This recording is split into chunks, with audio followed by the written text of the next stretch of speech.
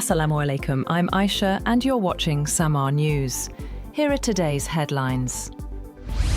US President Donald Trump has declared that the airspace above and around Venezuela is closed in its entirety. The statement, posted on Truth Social, was directed at airlines, pilots, drug traffickers, and human traffickers, though the White House has not provided further details on enforcement. The move comes as Washington increases pressure on President Nicolas Maduro's government. Venezuela's communications ministry has not yet responded to the announcement.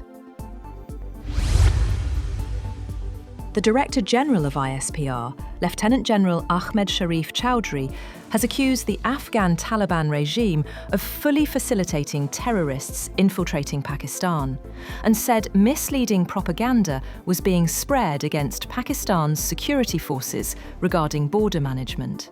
He said there is a strong political terror crime nexus in border regions, facilitated by the terrorists.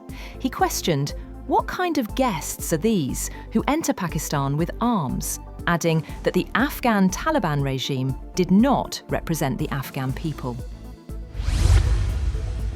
American shoppers have set a new record this Black Friday, spending $11.8 billion online, a 9.1% jump from last year, according to final data from Adobe Analytics. Adobe, which tracks over 1 trillion retail site visits, expects spending to continue strong, with $5.5 billion today and $5.9 billion on Sunday. However, Salesforce reports that price increases slowed online demand, with shoppers buying fewer items per order compared to last year, even as total spending rose.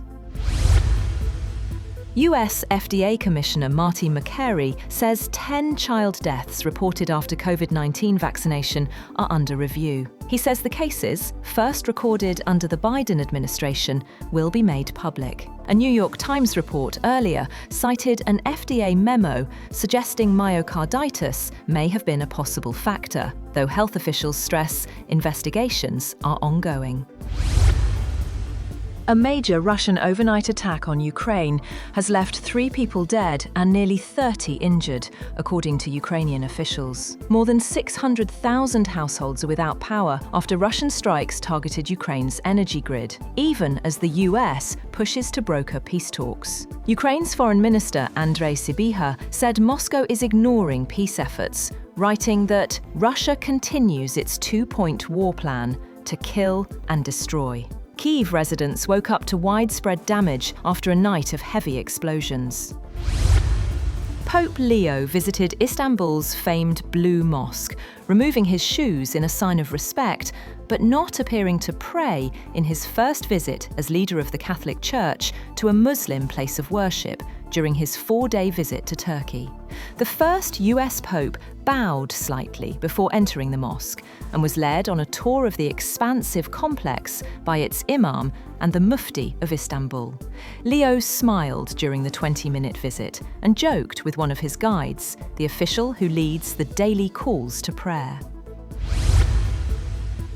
Global airlines are racing to fix a major software glitch in Airbus A320 jets after a sweeping recall temporarily grounded aircraft across Asia and Europe. The recall affects 6,000 planes, more than half of Airbus's entire A320 family fleet, making it one of the largest in the company's 55-year history. The disruption is already raising concerns for US travelers, as the issue threatens flight schedules during the busiest travel weekend of the year.